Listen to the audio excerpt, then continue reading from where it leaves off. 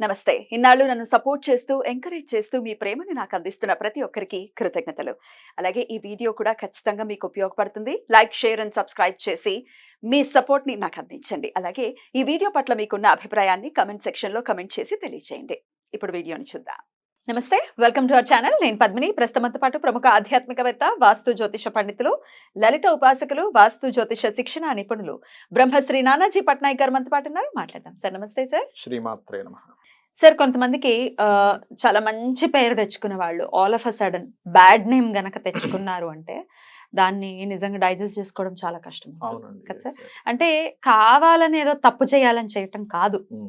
అది మరి కర్మ వాళ్ళ టైం. కర్మ అంతే. కర్మ అలా టైం. నడిపిస్తుంది, కర్మ. టైం అలా నడిపిస్తుంది. ఒక్కొక్కసారి తప్పటి అడుగులు వేస్తారు, బట్ మళ్ళీ సరిదిద్దుకోవాలి కదా జీవితాన్ని. Yes, అయితే ఈ exactly. బ్యాడ్ నేమ్ అనేది చాలా ఇంపాక్ట్ చూపిస్తూ ఉంటుంది సార్. మరి అలాంటి ఒక ఆ బ్యాడ్ నేమ్ పోవాలి మా పైన, మేము మళ్ళీ మామూలుగా ఉండాలి, మా లైఫ్ ఇదివరకు ఎలా ఉందో అలాగే ఉండాలంటే ఏమైనా వే ఉందా సార్? బ్యాడ్ నేమ్ పోవడానికి 100% రెమెడీ ఉంది. ఉందా అందులో సార్? ఎటువంటి డౌట్ లేదు. బట్ ఒక సూత్రం ఫస్ట్ మనం నమ్మాలి. ఏమిటది అంటే, నీకు గుడ్ నేమ్ వచ్చినా బ్యాడ్ నేమ్ వచ్చినా, నీ లైఫ్లో ఒక మంచి సంఘటన జరిగినా ఒక బ్యాడ్ సంఘటన జరిగినా కంప్లీట్గా బాధ్యుడు నువ్వే అనుకోవాలి ఫస్ట్. Hmm. చాలా మంది తెలియక పక్క వాళ్ళ మీద నెట్టేస్తూ ఉంటారు. Hmm. నాకు ఇది రావడానికి కారణం ఇదే. మీరు అనుకోవచ్చు, ఏమండి మరి బయట ఉండే పరిస్థితుల్లో ఈయనకు వచ్చే ఈయన ఏం చేయలేదు కదా, మన కళ్ళకి కనబడుతుంది కదా అంటే, ఇప్పుడు చేయలేదు కానీ పాస్ట్ లైఫ్లో ఇది చేశాడు. అందుకే ఇలా శాస్త్రం అంతా కూడా ఇప్పుడు నీకు కనబడట్లేదు, ఇప్పుడు నువ్వు కరెక్ట్గా ఉన్నట్టు కనబడింది, కానీ ఎక్కడో నువ్వు పాస్ట్ లైఫ్లో చేసుకున్న కర్మలా వచ్చింది, అనుభవించవలసిందే. ఎందుకంటే నేను మొన్న ఒక జాతకం చూశాను. జాతకం చూసి అతని జాతకం చూస్తే సప్తమ స్థానం పాడైంది పూర్తిగా. అసలు ఎంత పాడైపోయిందంటే 7th హౌస్, స్పౌస్ హౌస్. లగ్నం ఎంత బాగుందంటే సప్తమం అంత పాడైపోయింది. అయ్యో. లగ్నం ఎంత బాగుందంటే అబ్బాయి పొద్దున్న లేచి చక్కగా సంధ్యావందనం చేసుకుంటాడు, మంచివాడు. ఇంట్లో ఫస్ట్, స్కూల్లో ఫస్ట్, కాలేజీలో ఫస్ట్, జాబ్లో అందరికీ ఫస్ట్, అందరి చుట్టాల్లో కూడా అబ్బా వీడు అసలు ఎంత మంచోడు అన్నట్టు అనుకుంటా. 7th హౌస్ పాడైంది, పెళ్లి చేసుకున్నాడు అబ్బాయి. ఇంకా స్టార్ట్ నరకం. ఎంత నరకం అంటే ఆ అబ్బాయి ఓపిక నశించిపోయి, నీకు దండం పెడతాను, నాకు ఏమీ వద్దాను కదా తీసుకొచ్చేసి, ఆ అమ్మాయి రచ్చ చేసేసి వీధిలోకి వచ్చేసి పోలీస్ స్టేషన్కి అక్కడ దాకా.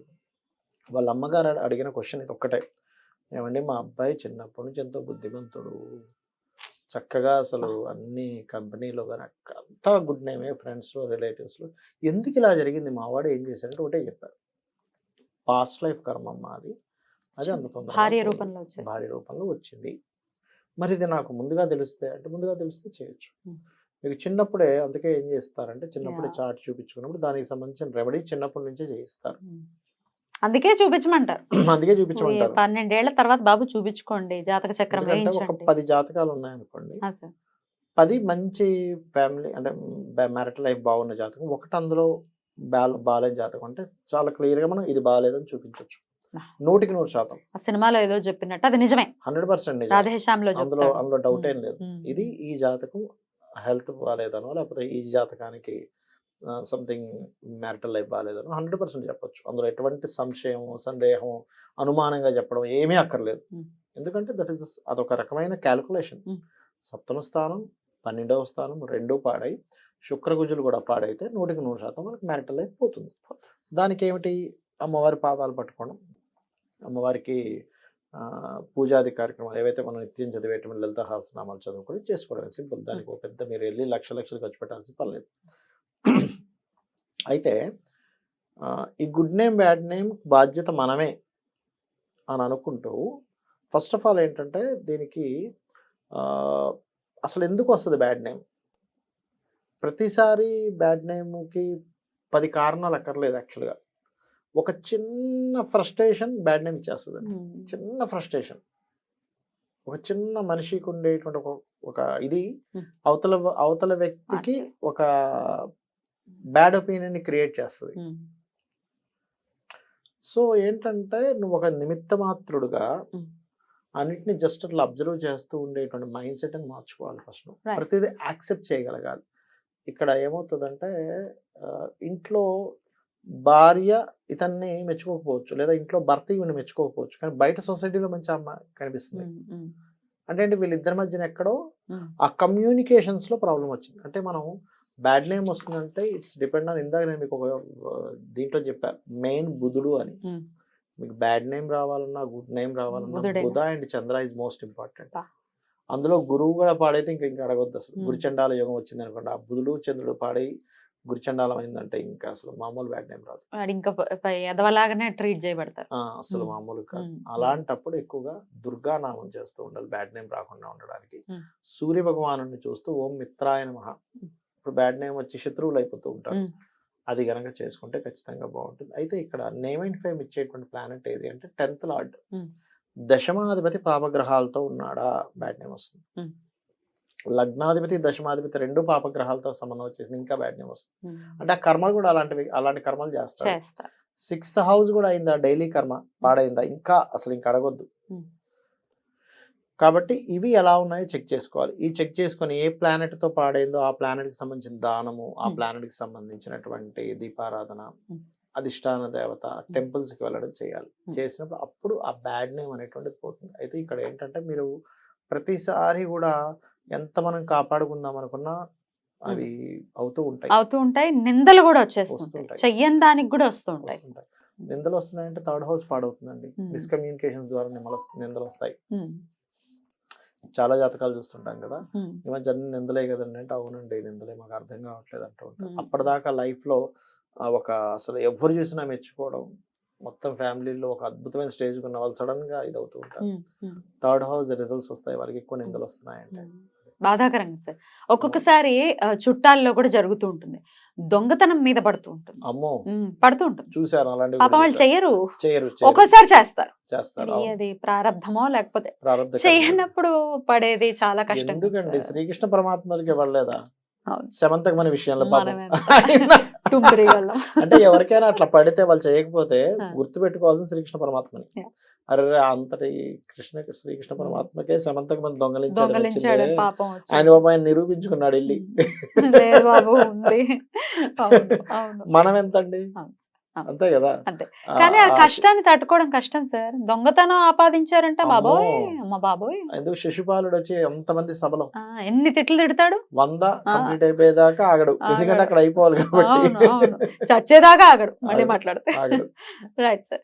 కానీ ఎట్లా సార్ ఇట్లా తట్టుకోవడం ఎట్లా? ఇప్పుడు దొంగతనం గాని ఇంకోటి గాని పడింది అనుకోండి, నిజంగా చేయలేదు వాళ్ళు కానీ వచ్చింది మీదకి వచ్చింది అని అంటే ఎట్లా సార్? ఎట్లా దాని నుంచి మీరు నిజాయితీగా ఉన్నట్లయితే నిజం ఎప్పటికైనా సరే నిలకడ మీద బయటపడుతుంది. వెయిట్ చేయాలి, మనం వెయిట్ చేయగలగాలి, మనసుకు తీసుకోకూడదు. అదంతా ఈజీ కాదు, నేను చెప్పినంత ఈజీ కాదు. మనసు క్షోభపడుతుంది, బాధేస్తుంది. కొంతమంది అయితే ఏదో చేసేసుకోవాలనిపిస్తుంది వాళ్ళకి, అయ్యో నేను చేయలేని పనికి నిందపడిందే అని. బట్ ఏంటంటే ఓపిక పట్టి కనుక ఆ టైంలో మీరు ఏదైనా భగవత్ స్తోత్రమో ఏదో డైవర్ట్ చేసుకోగలిగితే సెట్ అవుతుంది.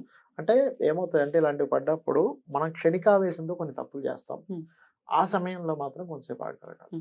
ఏమవుతుందంటే ఎవరో ఫోన్ చేస్తారు, నువ్వు ఇంత పని చేసావని అనుకోలేదని ఫోన్ పెట్టేస్తారు. అసలు నేను ఏం పని చేశాను, నేను ఆవిడ అనుకోవడం, వాళ్ళు అనుకోవడం ఏమిటి, ఇతను అనడం ఏమిటి అర్థం కాదు.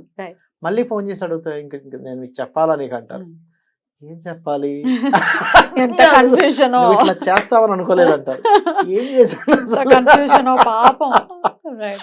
అని అనుకోని వీళ్ళు మదనపడి చేసే కంటే కూడా ఎప్పుడైనా సరే ఇలాంటివి వచ్చినప్పుడు నిందో మిస్కమ్యూనికేషన్స్, ఒక దొంగతనం అంట కట్టారు, ప్రశాంతంగా ఉండండి ఫస్ట్. మీరు చేయకపోతే కనుక చేస్తే that is different thing. But మనసు నిలకడగా ఉండాలి అని అంటే ఏ నామంతో పట్టుకోమంటారు? ఇలాంటి వచ్చినప్పుడు ఓం మధుసూదనాయ నమః.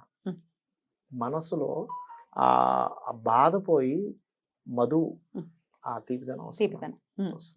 ఓం మధుసూదనాయ నమః. మీరు చూడండి ఎప్పుడైనా, అంటే ఎవరికైనా, మీరు వ్యూవర్స్ చెప్తున్నాను, ఎవరికైనా బాగా బాధ అనిపించింది లేదా ఏదో సంథింగ్ ఒక రకమైన ఫీల్లో ఉన్నారు, ఒక 10 నిమిషాలు చేసి చూడండి ఓం మధుసూదనాయ నమః. మీరు అది పలుకుతూనే మీకు తెలియకుండా ఒక ఎనర్జీ ఫామ్ అయినట్టు అనిపిస్తుంది. ఒక తెలియని ఒక ఫీల్, హ్యాపీ ఫీలింగ్ వస్తుంది ఖచ్చితంగా. బ్యూటిఫుల్. అలా డెఫినెట్ గా మధుసూదనుడితో Hmm. అనుసంధానమై ఖచ్చితంగా ఆ బాధ నుంచి బయటపడాలి. నిజంగా చేయని వాళ్ళ గురించి మాట్లాడుతున్నాను. ఎగ్జాక్ట్ ఒకవేళ ప్రారంధ కర్మం చేత ఒకవేళ చేస్తే మళ్ళీ ప్రారంధ చేయకుండా కర్మ. వాళ్ళ Exactly. మనసు నిలకడగా ఉండాలి. మధుసూదనాయ నమః. Right. వాళ్ళకు కూడా పనిచేస్తుంది. అంటే కంట్రోల్డ్ గా అది ఉండడానికి మనసు. అదొకటి ప్లస్ లలితాహాసనామాల్లో ఉమ్. ఓం కర్పూర వీటిక ఆమోద సమాకర్ష దిగంతరాయ నమః. ముందు ఓం పెట్టుకోవాలి. ఓం కర్పూర వీటిక ఆమోద సమాకర్ష దిగంతరాయ నమః. ఇది ఎక్కువగా దేనికి బాగా పనిచేస్తుంది. Beautiful sir. చాలా అద్భుతంగా వివరించారు సార్. కృతజ్ఞతలు. నమస్కారం సార్. శ్రీమాత్రే నమః.